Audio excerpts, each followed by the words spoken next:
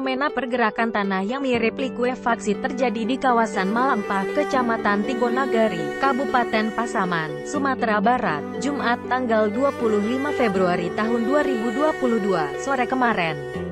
Peristiwa itu terjadi usai wilayah Pasaman dan Sumatera Barat diguncang gempa magnitudo 6,1 pada Jumat pagi. Dalam sebuah video yang beredar di media sosial, terlihat fenomena tanah bergerak itu seperti longsor dan likuifaksi. Video berdurasi 29 detik itu menampilkan gelombang tanah berwarna coklat bergerak dari ketinggian dan mendekati rumah warga. Kepala Badan Penanggulangan Bencana Daerah BPBD Pasaman, Alim Bahzar mengakui adanya fenomena tersebut di Nagari Malampah, Tigonagari. Betul, ada fenomena tanah bergerak itu. Tapi dilaporkan tidak ada korban jiwa, kata Alim saat dihubungi Jumat kemarin. Pihak BPBD juga telah meminta warga agar berhati-hati dan menghindari lokasi tersebut. Kita imbau warga menghindar dari lokasi itu berbahaya, kata Alim.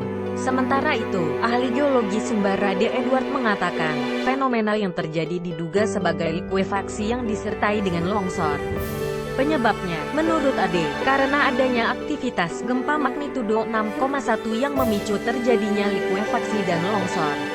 Itu diperkirakan likuifaksi yang disertai longsor. Jadi daerah itu berbahaya dan harus dijauhi, kata Ade.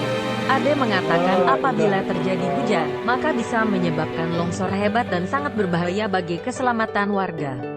Kita sudah minta pemerintah daerah untuk mengimbau warga menjauh dari daerah itu, kata Ade.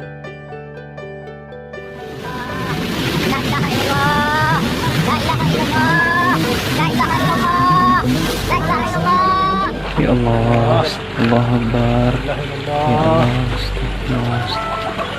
Ya Allah, ya Tuhan, ya Allah, ya Allah. La ilaha illallah. La ilaha illallah. La ilaha illallah. La ilaha